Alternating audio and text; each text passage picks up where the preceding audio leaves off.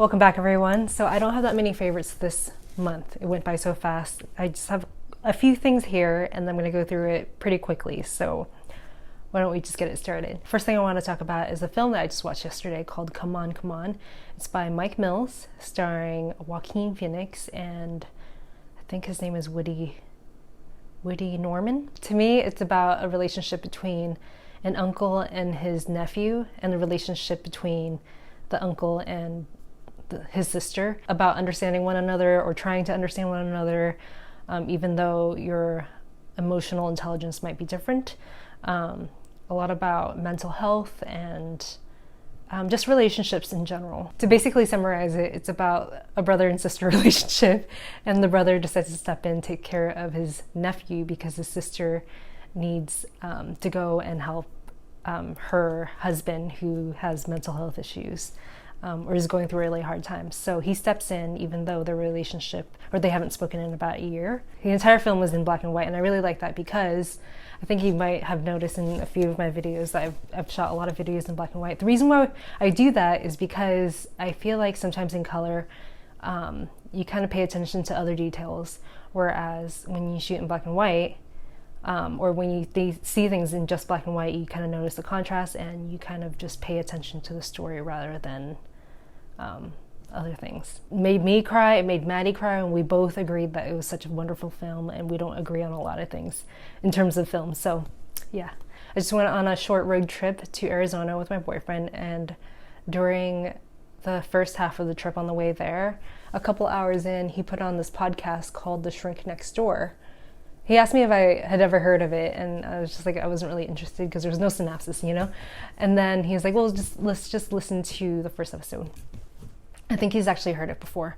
Anyway, so we listened to it, and it is phenomenal. It's about this guy who he's a journalist for the New York Times. He moves into this house in the Southamptons next door to a famous, or seemingly famous, shrink. Right? And then he comes to find out that the person who works for the shrink is actually the person who owns the house. He's actually the millionaire, and the shrink kind of just manipulated him and took control over his life and basically stole his identity and stole his money and all of that and used it to his advantage. So it's kind of like a story of control, manipulation, etc. And it's a true story, which is fantastic. So yeah, it kind of starts out in the present, and then it goes back 30 years. This relationship went on for like 30 years. So yeah, if you have, I don't know, 6 hours to spare, definitely listen to it. Just leave it on, listen to the first episode, and you'll be hooked. Oh my gosh, okay, so for years and years, when I was in college, I bought myself a vacuum, and it works fine and everything, but then for years and years after that, I noticed that everyone started using cordless power vacuums, and it's super convenient. I really liked it and everything. I used to watch my friend's store Counter Space all the time, and they had one there. The only problem that I had with, what did they have? The Dyson.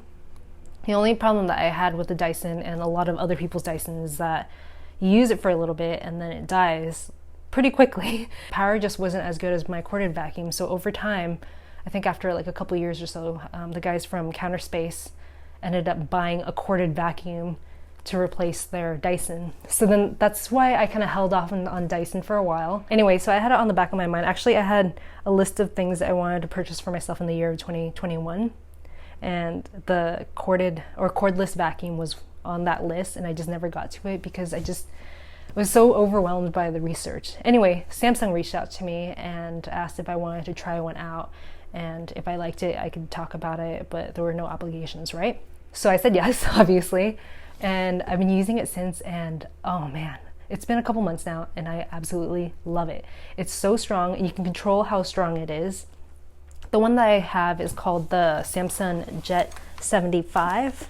I'm like crazy about it. Like as soon as I got it, I used it every single day, and I have a huge rug here, like an area rug at my house, and for a while there, I would just have, well, it was kind of like a requirement that every month my house cleaner would have to come because the vacuum that I have, or had before getting this one, wasn't strong enough to suck up the thick pile, like the high pile rugs. Yeah, as soon as I got this, I've been using it every single day, and every single day I see dust everywhere.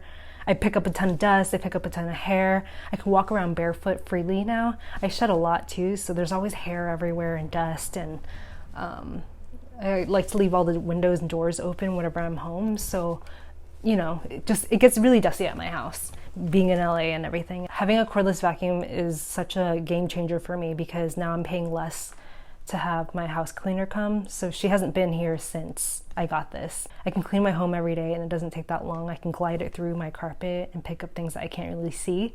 I just really like it, and it's so easy to pull out, whereas with my corded vacuum I only pulled it out like maybe once a week whenever I absolutely needed it. And this, I just pull it out as soon as I see a crumb somewhere. I'm like, because it's so fun to use. So yeah, I really like this. And also, I know a lot of people are with me on this. Whenever I see a spider, and I have a lot of spiders in my house, whenever I see a spider, I use, instead of like smacking it against the wall and killing it, I'm like too afraid to even like cup it and let it out or anything. So I just vacuum them up. And this actually comes with this little suction thing. So when you fill up your chamber, you stick it in the suction thing and it just pulls out all the dust and hair and whatever that's in the vacuum. You can also just release it freely too, like directly into a trash can. But the great thing about using the suction vacuum thing is that it pulls out all the debris that's inside that could go into the air. So instead of tossing it out into a trash can where the debris, the dust and all that stuff can like spread around, instead of doing that, you can just use the suction thing and it pulls directly in. And then also, like, if the spiders or bugs are still alive in your chamber, it just sucks it directly into this like a little airbag thing, so you don't have to deal with seeing it or whatever, which is my main concern.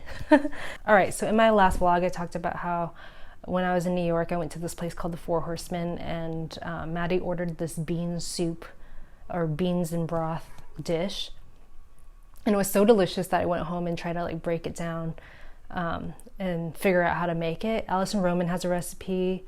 I think Carla Music something from Bon Appetit has a recipe as well. But what I did was I took the combination of both the recipes and then also visually what I saw from the Four Horsemen in New York and made my own bean soup recipe or beans and broth recipe using lots of lemon and really big beans. And it's delicious. It's definitely one of the top 5 things that I've ever made. So I'm gonna make a video on that recipe soon. It's just that it takes a while to make because you kind of have to cook it down for a long time. But because of that recipe, I've been really into using creme fraiche. This is delicious. So creme fraiche is kind of like Mexican crema. So if you take sour cream and you put a lot of lemon or lime in it, you mix it up, it's a little bit brighter than a sour cream. I just got this at Trader Joe's. It's so good. You can put it in any soup, you can put it on eggs, you kind of use it as a topping, so I can put it in pasta, just anything that you want it to be more bright and thicker. It's a great thing to add to any recipe, I think. In terms of things that I've been wearing these overalls a lot lately. Damn, they're just so comfy and the legs are super wide. I actually got boys sizing, so I usually wear around a 26 to 27 in jeans. So I ordered this in a boys 16, and I really like how thick the material is. I kind of wear them as an apron, you know, so whenever I have to do errands around the house, cleaning around the house, painting, going to the studio, doing anything that I have to get my clothes dirty, I just wear it kind of like an apron. And the reason why I got it a little bit bigger is because I wanted to be able to fit my jeans underneath, because a lot of times when people wear coveralls or overalls, it's really just to cover up the clothes that they're wearing underneath so that they can do their chores quickly and then take it off and then have a clean outfit underneath. So this is probably like a size 30 waist or maybe 32 waist or something like that. So it's very loose on me, but I prefer that. I used to buy Carhartt overalls that were just like the right size, they just fit perfectly, so they kind of show off your figure and stuff like that. But it's just not as comfy. Even though they are comfy, it's just not as comfy as like a very loose pair that you can wear other things underneath. So let's say if I go camping and I want to wear long johns underneath and wear a hoodie underneath, everything still fits because the overalls are so big. Ooh, so with shoes, I got these. These are saddle shoes. They're from Eastland, and the inside is made with a memory foam insole. It's super comfy, and I love them because, I mean, they're so cute. They kind of remind me of Twin Peaks. It looks really cute with dresses.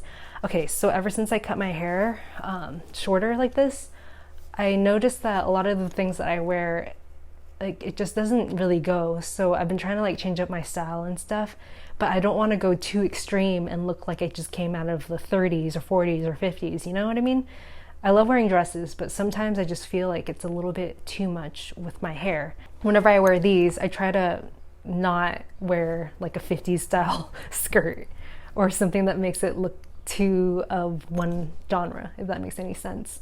If you have any suggestions on things that I can look up, like in terms of style for short hair, like clothing style for short hair that won't make me look like I'm trapped in an era, let me know. So when I was in New York, I went to my friend Timmy's house, and his girlfriend Gwenny has these candles. So they look like this.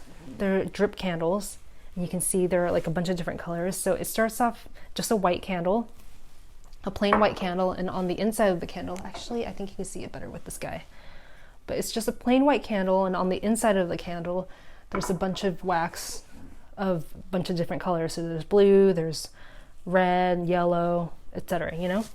And as you burn it, the drips kind of drip down different colors, and you plug it in your, you know, your candle holder or these wine bottles. These are both Gia Coppola wine bottles. I just thought, I mean, the wine was really good and everything, but the packaging was so cute that I didn't want to let it go. So then I stuck my candles in there, and I feel like the drippy look makes it look even cooler. It does get really messy, I'm gonna warn you. The drips get everywhere, and because they're colored, they do stain a little bit. So I have a marble table here, and it did stain my marble table a little bit, but this table's already kind of discolored anyway, so I don't really mind.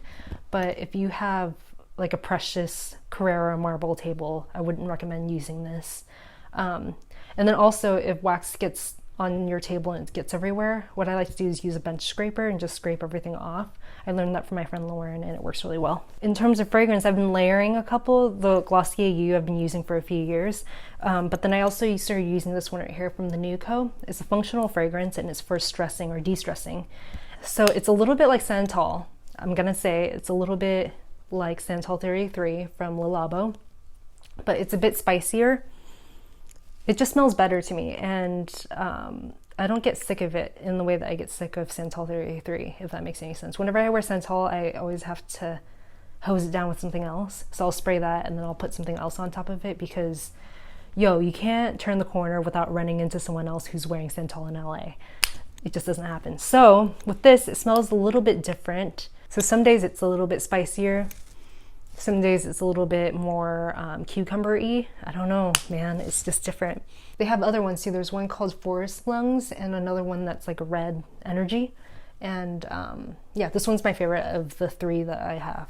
And the next thing I want to talk about is this right here. This is Adet oil. This is gonna sound kind of strange, but I didn't really know that much about them or this brand before today. I was just using it a lot because my skin really likes it. It drinks it up, and every time I use it, it just feels nice. So I've been using it day and night, and just like all over my face, even like in my eye area too, like as eye cream. I think it's beautiful. It smells great, and so I wanted to talk about it, but because I didn't really know much about it, I kind of read up on it, and it's actually made in Costa Mesa, which is where my sister lives, so really close by. It's a face oil for everyone, designed to simplify your skincare routine. This oil is packed with all of the antioxidants, vitamins, minerals, and omega fatty acids that are essential for healthy and glowing skin. All ingredients are organic and cold pressed, formulated without parabens, phthalates, fragrance, and essential oils. I mean, my skin just really likes it. On days where I'm feeling a little bit sensitive, or on days where I'm just kind of lazy, I'll just put some in my hands and kind of rub it in, or not rub it in, but press it in.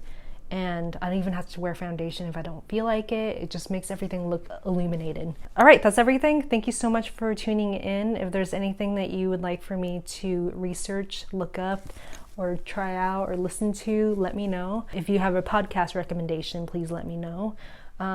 besides that, oh, I have a new set list that's on Worldwide FM that I'm pretty proud of, so I'll link that down below, and yeah, I'll see you in my next video. Bye!